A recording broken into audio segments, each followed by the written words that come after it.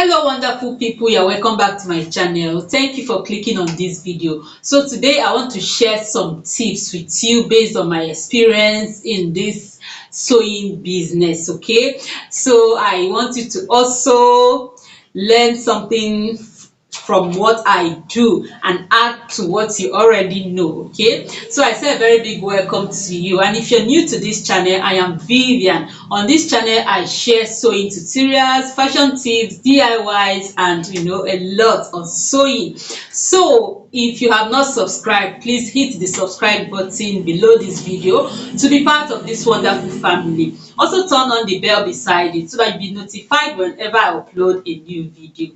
Thank you for doing that. So today, guys, like I said, I want to share some tips with you. Actually, at this very moment of making this video, I really don't know what to title it. So whatever title you saw before clicking on the video, just know that it came after I have finished making this video.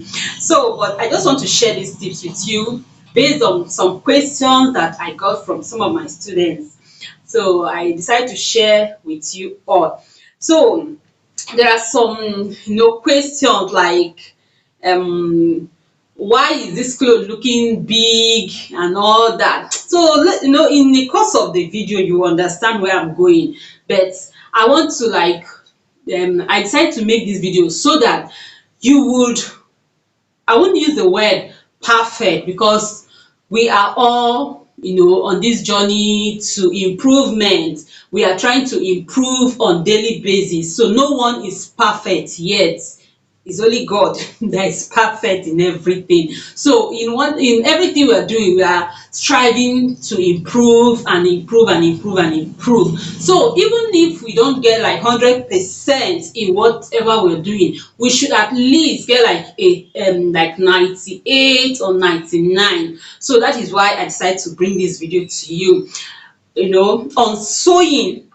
Like when you make a dress for a client, it is expected that that dress should fit well, and you'll be praying that there won't be any amendment, there won't be any fault, right? So that is why I am here to share the tips or the things that I do to make sure that I don't always get to amend a customer's or client's outfit by the time they come to collect it. So these things I'm going to share with you is just based on my experience and what I have been doing that has been helping me actually. Yes, and by God's grace, I don't usually, like, when the client comes to collect her clothes, it's always good, it's always okay. So I won't just say perfect, it's always good.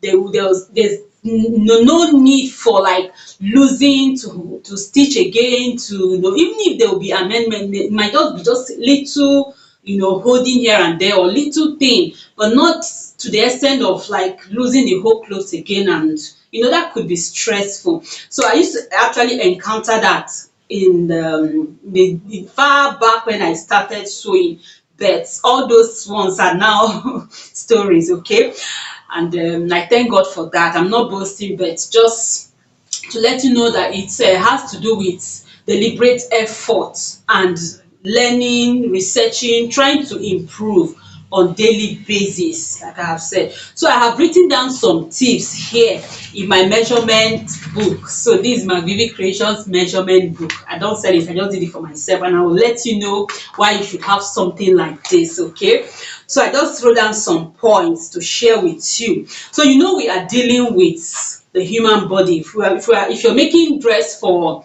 female, you're dealing with female body, and you expect that when a client put on her dress, let it just fit, let everything sit nicely on the body. So what is the first step to take when a client comes in to for you to make an outfit for her?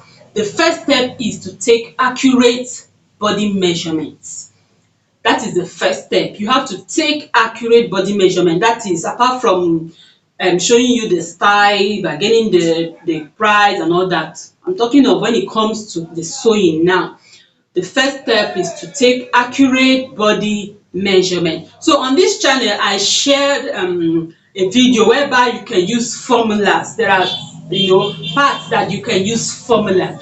But we have, let me call them determinants that you can use to get the formula. Like, for example, you want to get the armhole depth, you have to know the bust circumference. Okay, so this bust circumference, you have to take the right bust measurement. That is, the measurement has to be correct for this formula to give you the right answer. Okay, so if your measurement is wrong, then it will affect every other thing. So you have to take accurate body measurement. And in a situation, so there's something I learned newly. In a situation whereby you have to make an outfit for someone that is in a faraway place, someone that cannot come for you to measure her, there is this trick I use now. We will have to make video call. Okay, actually this idea came to me based on one experience I had with somebody.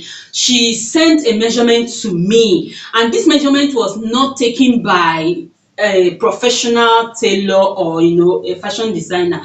She met a mender, somebody that people that amend. They are not qualified, they don't sew, they only amend. Like when your dress is so big, you take it to them, they help you to shape it.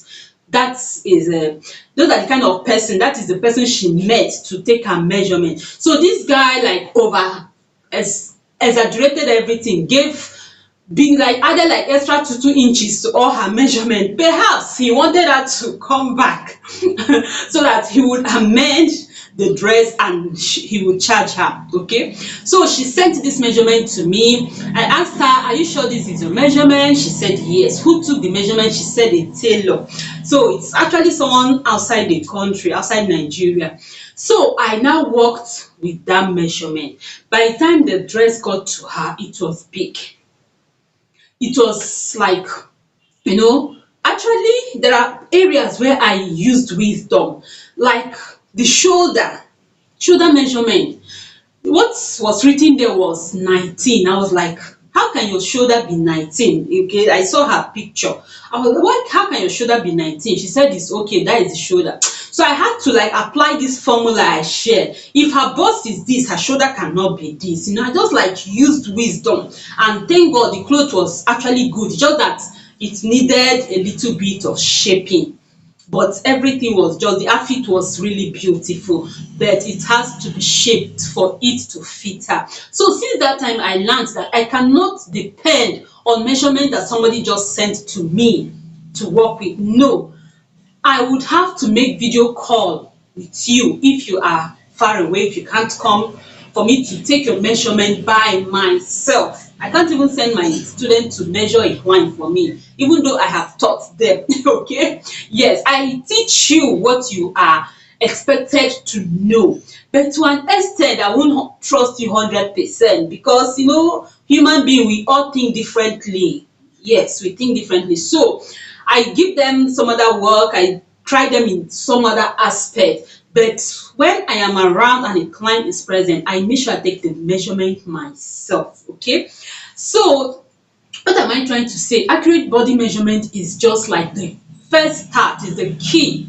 So bear that in mind. If you be making a dress for someone that is far, you can apply this my method and it works perfectly well. So while we are making the video call, I'll tell you, place your tape at so place and measure so place. Then with my own eyes, I will see your bust point, I will see your under bust point, I'll see what the tape is showing me, what I'm reading at the tape. In that way everything will be accurate.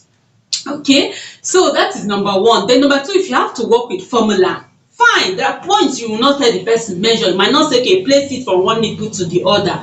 That I already know, I have a formula. Once I've gotten your accurate bust circumference, no problem, I can apply formula to get your bust span. Once I've gotten your accurate bust circumference, I can apply formula to get your armhole depth. Okay, so there are just important points where you need to make sure the measurement is accurate. One other thing about taking accurate measurement when it comes to female fashion, please tell the person to put on a fitting bra.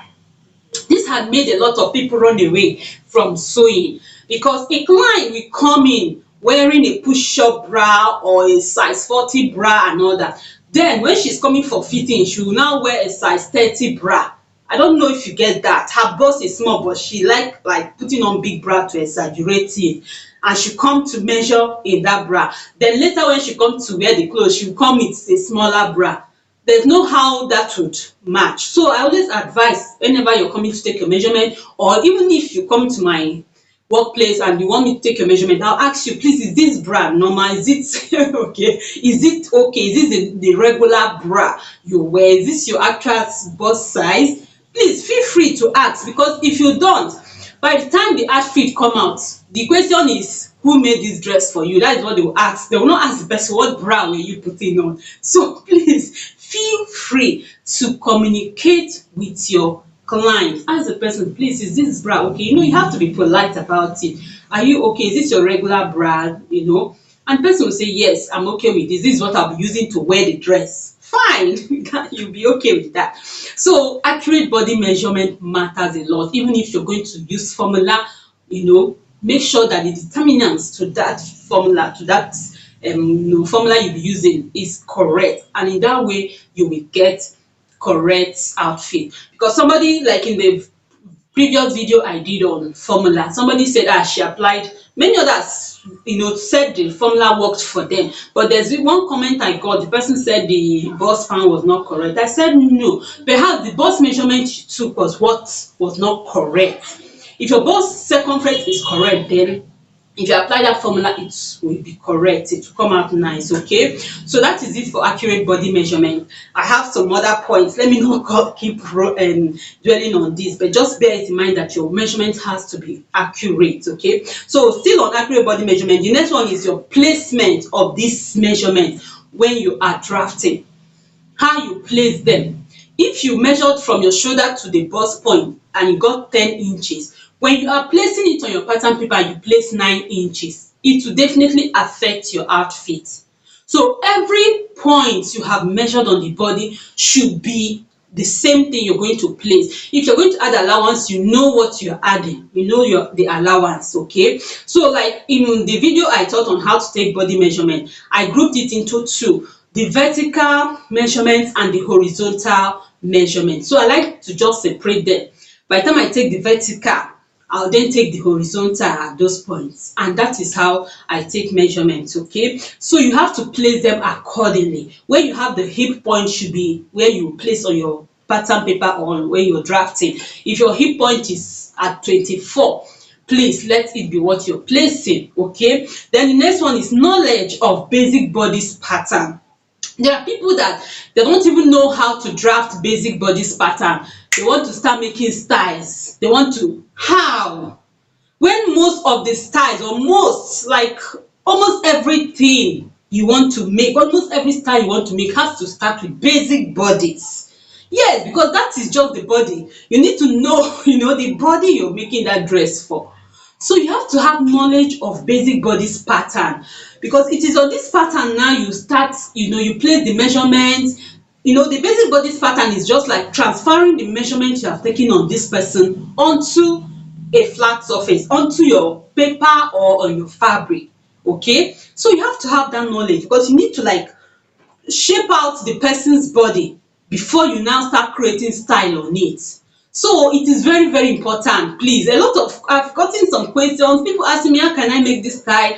When I say now you have to start with basic bodies, they'll say, what is basic bodice pattern? You don't know how to draft a basic bodice pattern and you want to make so style. You want to make all the style. No, please. You have to take everything step by step. You have to start from the scratch, okay? You have to know how to take accurate body measurement. You have to know how to draft a basic bodice pattern, because most of the style, almost everything we're doing starts from there. Okay, so I wrote everything down so that I won't forget. So when you see me looking at my paper, bear in mind that is, I'm trying to pick the points. Okay, so the next one is allowance.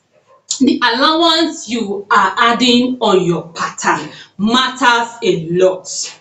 Okay, so when I draft a basic bodice pattern, I like adding shoulder seam allowance, and this is the reason. You'll be joining the back and the front and the shoulder.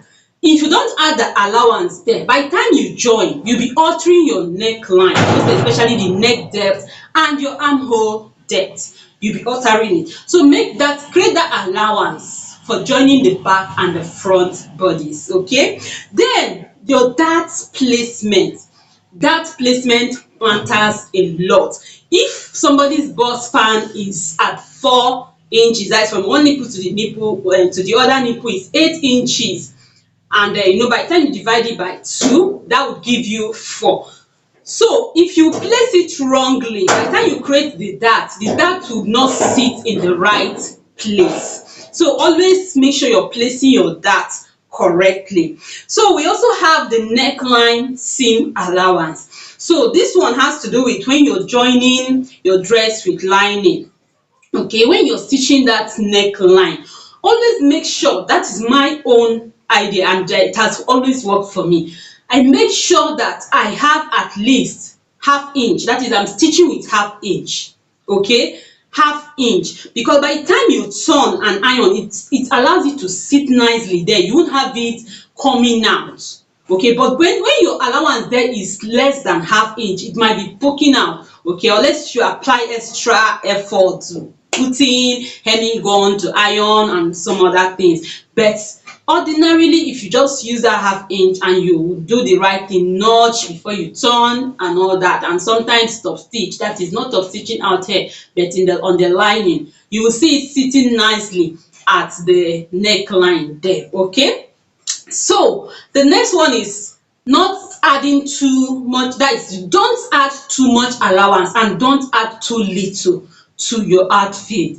So I encourage like 1.5 to 2 inches. That is what I use. Okay, so don't over add allowance. It will give you problem when it comes to shaping. You encounter problem when it comes to shaping of that dress. So your allowance should not be too much, please. If it's too much when you are shaping, it will affect you. You will just, you encounter some problem. And if it's too small again, when after stitching, still, you might still have problem when the person tries it and you have to like loosen it a bit. So just let it be moderate. 1.5 to 2 inches is just okay. I'm talking of the seam allowance this time. That is the side seam allowance. Okay, so I hope this is clear. The next one is, always try out your pattern. Like, before you put scissors on somebody's fabric, it's always nice you draft on paper. I've heard a lot of people say drafting on paper is waste of time. My dear, pattern drafting is a lifesaver when it comes to this work. Yes. What does it cost to actually buy this pattern paper? Because I've also heard some people say it's waste of money. Why not just fold the fabric and cut? At the end, you put your hand on your head like, oh, I've spoiled somebody's fabric.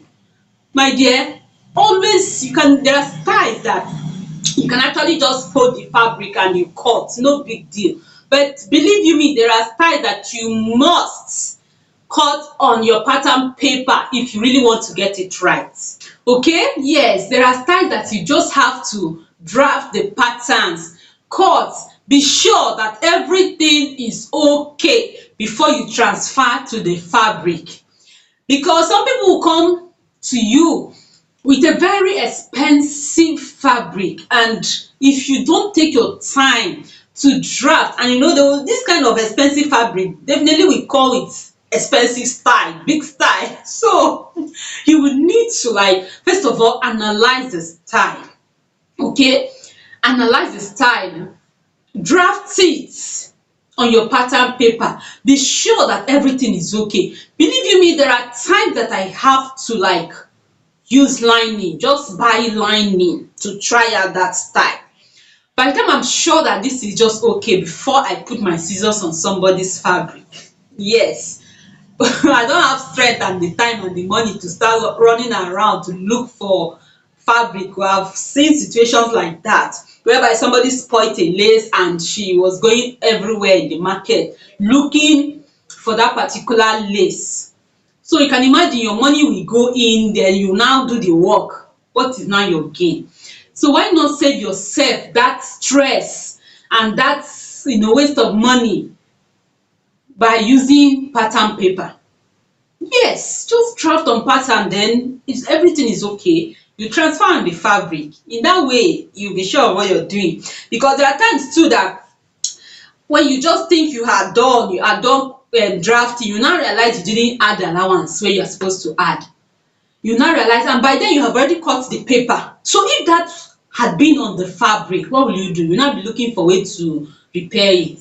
So always, by the time you look at your pattern and you're sure everything, ask yourself, have you added social allowance? Have I done this? Have I done this? Hope everything is okay before you go ahead to cut. Then by the time you're done cutting, you can now place it on the fabric, and this method will also help you minimize fabric. Yes, because you now have your pattern, just what you need.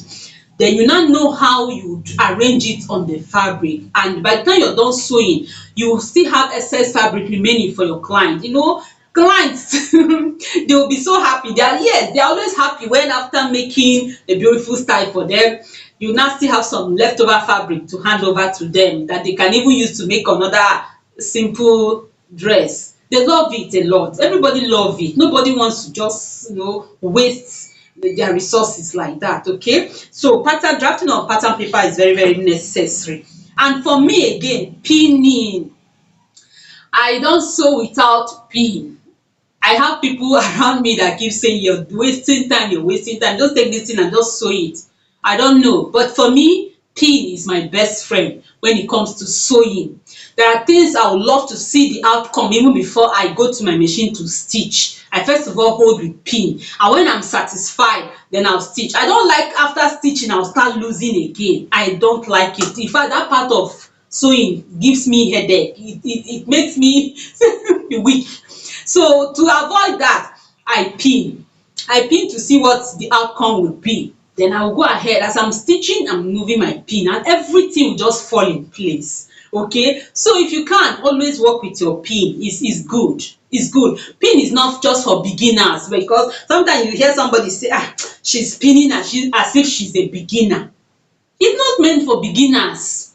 Use it if it works for you. It works for me, so I'm using it. Okay, so pin if you can. That is, using pin to hold your fabrics together. There are some fabrics that are so stubborn that you control them with pin. You use pin to make them stay where they have to stay, or where you want them to stay. So isn't that okay? So work with your pin if you can, please. Then the next one is trying out with lining. I have said that, whereby there are some styles that look so complicated. You can actually buy cheap lining fabric, okay, or cheap fabric, and try out the style. Once you are sure that it's okay, you can now transfer on the fabric, on the main fabric, most especially when you are working with a very, very expensive fabric. Please do not spoil your client fabric. Don't let any customer or any client shed tears for you. It's not good at all for your business. Okay, so the next one I have here again is when you are recreating a style, like a client showed you a style to recreate. Please make sure you have that style beside you. Make sure you have the picture of that style beside you when you are drafting or cutting on the that is when you are trying to make the dress. It's very, very important. Don't just look at it and think you have everything in your head. By the time you're done cutting, you now remember that the neckline went like this, meanwhile you have cut it like this. Have that style beside you. Be looking at it before doing anything, and always analyze style. By the time you look at the style, you tell yourself, number one, is this a gown? If it's a gown, you know it is a gown. Is it a gown with half cut? Is it a bustier? Is it this? Is this that? Is it off shoulder? Whatever. Analyze it. First of all, analyze the style. Have it beside you, or have the picture of the style beside you while you are working on your client's fabric, so that you don't forget anything. Don't work with assumption, or just like what you think you have in your head. Okay, that is where you are trying to recreate a style that a client showed you to recreate for her, so that you won't have a case of what I ordered versus what I got. Okay, so let's move to the next one. So here I have work with measurements. Work with measurement. Don't work with assumption. Don't assume. Why am I saying this? I have gotten some comments, or like message from people I know that sew. Like they'll ask me, after making this dress, it's looking so big. After making this dress, it's looking so small. Don't work with what the dress looks like, but work with the measurement you have taken. If you have taken accurate measurement after making that dress, please leave it the way it's looking. Okay, for example, now you are used to making dress for slim people. Now a customer or a client with big body come and you took the measurement, you finish making the dress. After making the dress, if you are looking at it, it will be looking so big because you're already used to making dress for very slim people. So the cloth will be looking so big in your eyes and you will like want to go and shape it. I've had that experience too in the past. After making a dress for somebody very big, it was looking too big and abnormal to me. So I went back to my sewing machine, started shaping. Then I was just a novice, started shaping. After shaping, and it was looking good to me, it was looking nice. When the client came and tried her cloth, my God, I regretted touching that cloth after sewing it. I had to start losing, and by the time I finished losing, I took it back to that initial outcome, and that was what actually fits my client. You can see.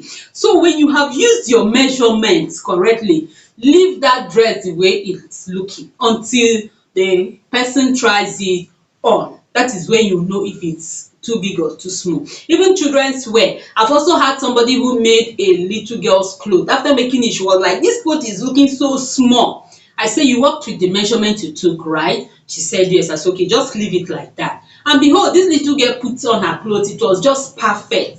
So you imagine if she had like bothered to cut another fabric or to add, it would have been something else. Thank God she left it that way. So please, by the time you have worked with a measurement, just leave the outcome the way it is. Let it not look too big or too small in your eyes. Thank you. So we'll move on. The next one is your stitches. Your stitches should not be too tight or too loose. Okay? If it's too tight, if there's a need for amendment, believe you me, you spoil that cloth in the process of losing it. And if it's too loose, by the time your client wears it, it will start opening. They'll start seeing the thread. So just set your stitch at a moderate stitch. Let it not be too tight and let it not be too loose. Okay? So I hope this one is clear. Then when you are working with any fabric, please follow the pattern on that fabric. If you have flowers on that fabric, just make sure your flowers are in the right direction. Don't turn it upside down by the time you're done stitching.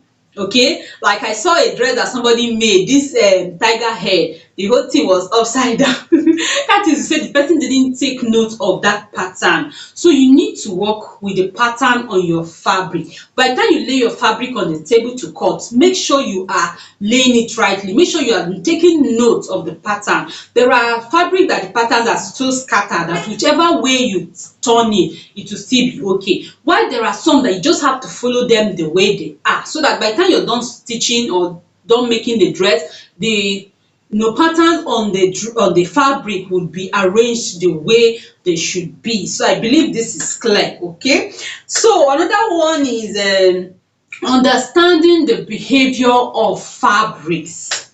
Understand the behavior of fabrics. You might ask, fabrics behavior? Yes, fabrics have behavior just like as human beings we have behavior. So let me explain.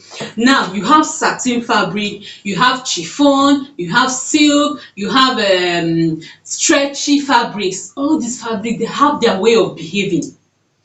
There's the way you place satin fabric. By the time you are done stitching, no matter how you iron, that fabric will still look rumpled. The dress will still look rumpled no matter how hard you iron it. That is to say you didn't place it in the right direction. So for satin, there's the way you have to place it. The selvage, that is the edge of the satin, has to be perpendicular to the stitch. If this is the edge of the fabric and you fold, so I think I'll make a separate video to show that clearly. You have to, your stitch, the way you fold your fabric to cut, you place it in such a way that when you stitch, okay, your stitch should be perpendicular. It should not be on the same side with the selvage, but the selvage like this and your stitch like this. So I hope that is clear, but by God's grace I'll make another video to really demonstrate this. Okay, so you also, when you're working with stretchy fabric, you also need to know the way to place that fabric, and you have to know that the stretchy side should be the horizontal. That is where you place your horizontal measurement and not the vertical measurement. Okay, so when you fold, I still have to make a video for this separately. So understand the behavior of your fabric, okay, and how to place your fabric before cutting, how to fold. Even chiffon, there are times that when you're working with chiffon, you have to stress, and you have to work with pins for fabrics like that. All these fabrics, they have their way of behaving. You see, satin, stretchy, silk, chiffon, all these fabrics, they have their behavior. So you need to understand and know how to fold and how to cut and how to stitch them to come out with nice outfits that your customer or your client will be happy with you. Okay, so we also have that placement on bustiers. I think I've explained that. That is that, okay, the dart to place on the dress. When you're making a bustier, your dart should be in the right place. Okay, your points, your bust point, your under bust point should be in the right place. Not like when some people make bustier, the thing will become, it will be on the chest. They will not have two breasts, one up and one down.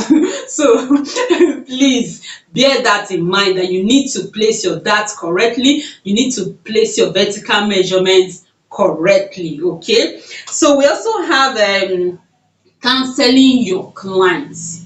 Please, you need to let your client know what will fit them and what will not fit them, to avoid what I ordered versus what I got. Sometimes a client will come, client with big tummy, big everywhere, fold, and she will now show you a picture of someone that has figure 8, someone that is so curvy, and tell you to make the style that person is putting on. Please caution your client. Tell your client that, madam, this style will not fit you, and this is how it will be on you. It's not rudeness. You have to be plain. You have to, it's your business you're handling here. Because by the time you make that dress and it didn't come out as nice as the picture the person showed you, the next thing is, my tailor spoilt my dress, my tailor spoilt my fabric. By the time she goes out with the clothes, the question will be, who made this dress for you? And she will point at your shop, that is that tailor there. Please avoid that. If the client wants to be angry, talk, let the client be angry, but you have said the truth. Don't, just because you want the money or because you just want to please the client, to collect, and by the time you're done stitching, you now get bad name for your business. Always cancel your client. Tell the person, this style will not be okay for you, but look at the type of style that will fit you. Look at the type of style that will hide your tummy or all that. And even color, the color of the fabric, the choice of fabric. You see somebody as black as, their black is beautiful, please don't misunderstand me. Somebody that is so dark, coming with a very dull fabric, dull colored fabric. It is you, that is, you are in the right place to tell your client, this color will not fit you. It will make you even look darker, or it will even not be nice on you. These are the colors that will fit you. These are the type of dress that will fit you. Let your clients know, and they'll be happy with you. Yes, let your client know. Don't just collect any work you see and you just start doing it, and later on the client will be complaining. Please cancel your clients. It is very, very necessary. Okay, so in this business, you're not just sewing, you're also a counselor. You're a business counselor or fashion counselor per se. Okay, so, and also let your clients put on the right bra. I've said that. Make sure they are putting on the right bra when you are taking the bust measurement. Then try to upgrade. Yes, my lovely people, try to upgrade. Me that you see like this, like I said, we are not perfect. We try on daily basis to improve. Try to upgrade, search, research. This business is about researching. I must tell you the truth. I research on this on fashion every day. I want to see what is trending. I want to see what people are doing. I want to see how so style is achieved. A lot of people have been coming to me on my WhatsApp. They'll show me a style. Please, can you help me to make this style? It's not that I learned the style or I was born with it. No, I make research, I do a lot. And bear in mind, I will charge you if you bring a style for me to show you how to make it privately. That is, yeah, some of you that are watching me might have you know encountered me in that aspect. Definitely, because I'll have to sacrifice my time. I'll have to leave some work just to attend to you. So that is a where analyzing style comes in. Try to be able to analyze style. Okay, try to be able to analyze style. When you see a style, you ask yourself, how was this achieved? By looking at the style, you can try on your own to recreate it by drafting, by placing it just the way it is. Okay, I wasn't born with these styles. I just try to analyze them. I try to upgrade on daily basis. So always try to upgrade. But one thing I'll advise you is this: even as you try to upgrade, always stick to what works for you as well. Yes, I research every day. I go on YouTube, I go on Google, I go on Pinterest, I go everywhere researching. But at the end, I stick to what works for me, because I have tried this, I've tried this, I've tried. At the end, I find out that this is what works, and this is what would help me arrive at what I want, or this is what will help me achieve what I want to achieve. So this is me telling you the truth. I'm just bringing out everything for you all because I love you all. Please always try to upgrade, always try to research, but by the time you do all this, stick to what works for you. Okay, yes, stick to what works for you. And don't be afraid to try new things though. Don't be afraid to try new things, because in the process of trying new things, you will also be upgrading. And one other thing is this: try to be creative on your own. Even when you research, you get idea from here, you get idea from here, you can put it together and come up with your own idea. That is, you can merge everything and bring out something new that will now be different. Okay, so I do that as well. By the time I research, I said, okay, is this how this thing is gotten? Is this how this is? Then if I put it together like this, then I can produce my own. Or if I take it this way, okay, the most important thing there is like just getting idea. Okay, it's not like copying what somebody is doing word to word, back to back, but researching helps you get idea.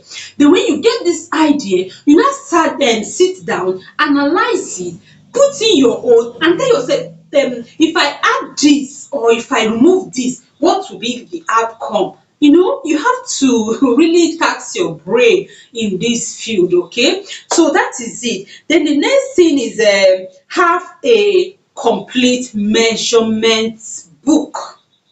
Have a complete measurement book. Okay, like this one now. This is my measurement book. Don't have just a notebook whereby when a new client come, you just write. That is when you'll be writing boss point, other boss point. In that way, you might forget a particular part to measure. You might forget. So have a book whereby everything has been written down. Like, if I have a new client, all I will do now is just open the next page after the last one I've written something on. Open the next page and everything is written there. I won't have to start looking or start writing, because most time that is why people forget measurement. They'll tell you, I forgot to measure the underbust, I forgot to measure so thing, because they don't have it written down already. That is, yeah, I'm talking based on experience. I've seen even some people that sew in my area that come to meet me to help them on style, on it's just on notebook. So by the time you ask them, okay, what is the person's bust circumference, or that one is always, don't forget to take bust circumference. But there are some other ones, like you ask the person, what is the under bust point? The person says, hey, I don't know, I've forgotten, but I think it's so. Don't work with assumption. always take the measurement. Always have a book like this, okay? Like you can see this one now. For this very client here, by the time I take her measurement, on this other thing, on this other side, I can now draw like the style, or like sketch the style. I can now write some other thing. I can write how much the person paid, how much is left, though I have a receipt booklet where I can write your payment, the balance and all that. But this part of the book is also good for that. And you write like the day the person will be coming to collect the dress and things like that, okay? So I hope you can see this. I hope I'm not taking it too up or too down. So I think from here you'll be able to see it. So this is how I wrote it. So you can see, if you can see clearly, I have the vertical measurements here, and I have the horizontal measurements. I have sleeves, okay? So you write the name of the client, the phone number of the client, the date the client came. Then on this other side, you can also write some other things, take some other notes, sketch, some other things, okay? Then one other thing you need to do again is to have paper tape. Sorry, it's far away. You have paper tape whereby you can tape on a client's fabric and write the client's name and the type of style. If it's skirt and blouse, you write skirt and blouse, 6 pieces skirt, so that you don't confuse yourself, because there are times you might have so much work. I've seen a situation too whereby somebody used another client's fabric to sew for someone else. Yes, because the fabrics look alike. So she took, and this, the one she used now was very, very expensive than the one the other person brought. So she used this very expensive fabric that was brought by somebody, that a big woman, and sold for one young girl. Now you can imagine, just imagine the drama that will take place. So to avoid such things, when somebody come on this, this paper tape, you write it, that you can easily remove it. It will not have any effect on the fabric. You place it, you can write the client's name, the type of style and everything, even date of collection. You can just write it there and key. Or when you have a situation whereby one client or one customer brings so many fabric, like I've been experiencing that when a customer, just one person will bring up to 10 to 11 to 15 Ankara print, that's African print, and she will choose different styles for them. On one, you write, this one is let's say Princess that bustier with collar. You will know that that is the fabric you will use for that style. The second one, if it's butterfly gown, you write, this one is the butterfly gown. You know that this is the fabric you are using for that other style. That is just how you do it. Keep taking, everything in this business is, being sharp, being accurate, and being careful as well, because people spend money to buy that fabric. You spoiling it for them will not be funny at all, okay? It will not be funny. So just make sure everything you're doing is intact, is just there. So these are the ones I can remember, and if I remember some others, I think I'll make a part 2 of this video as I remember some others. But for now, these are the major points I have to share with you guys today, and I hope this will be helpful. Please feel free to leave your comment in the comment section, and if you haven't subscribed up till now, what are you waiting for? What did I do to you? If you don't want to stick with me, you don't want to hang out with me, please hit on that subscribe button and turn on this bell beside it, so whenever I upload a new video, you'll be among those that will be notified. Also join me on my Facebook group, Fashion and Styles with McVivi, and on my Instagram page. Let's grow that Instagram. It's still a baby as at this very moment that I'm talking with you. Let's grow that Instagram page. Let's hang out there, okay? So the Instagram is at McVivi127. So thank you so much for being here. Thank you so much for always sticking around. I love you all, and I wish you well in your fashion business. Remain blessed. See you in my next video. Thank you.